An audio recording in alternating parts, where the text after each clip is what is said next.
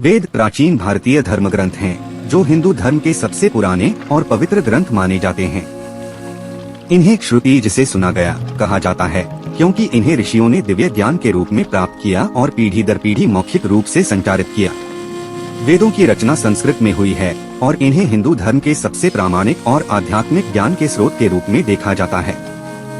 वेदों का वर्गीकरण। वेद 4 मुख्य भागों में विभाजित हैं। एक ऋग्वेद, यह सबसे पुराना वेद है, जिसमें 1028 सूक्त स्तुतियाँ हैं। इसमें विभिन्न देवताओं की स्तुति और प्राकृतिक शक्तियों की महिमा गाई गई है। 2 यजुर्वेद, यह वेद मुख्य रूप से यज्ञ हवन से संबंधित है और इसमें मंत्रों के साथ साथ अनुष्ठानों की विधियाँ दी गई हैं। 3 सामवेद, यह वेद संगीत और भजन से जुड़ा है। इसमें ऋग्वेद के कुछ मंत्र संगीतमय रूप में प्रस्तुत किए गए हैं, जो यज्ञों में गाए जाते थे। 4 अथर्ववेद, यह वेद अन्य 3 वेदों से थोड़ा अलग है, क्योंकि इसमें जादू टोने, औषधि, समाज, राजनीति और स्वास्थ्य से जुड़े मंत्र हैं। वेदों के प्रमुख भाग। प्रत्येक वेद 4 भागों में विभाजित होता है। 1 संहिता, इसमें मूल मंत्र होते हैं।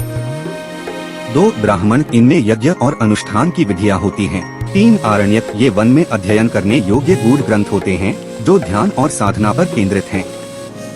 4 उपनिषद, ये दार्शनिक ग्रंथ हैं, जो आत्मा, ब्रह्मा, मोक्ष और अद्वैतवाद की अवधारणा को समझाते हैं।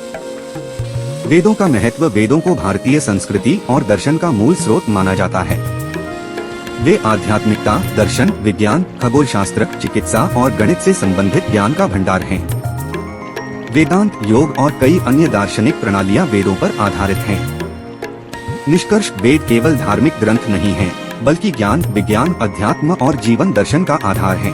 वेदों का अध्ययन न केवल धार्मिक दृष्टिकोण से बल्कि वैज्ञानिक और दार्शनिक दृष्टि से भी बहुत महत्वपूर्ण है। अगर आपको किसी विशेष वेद के बारे में गहराई से जानना है तो बता सकते हैं।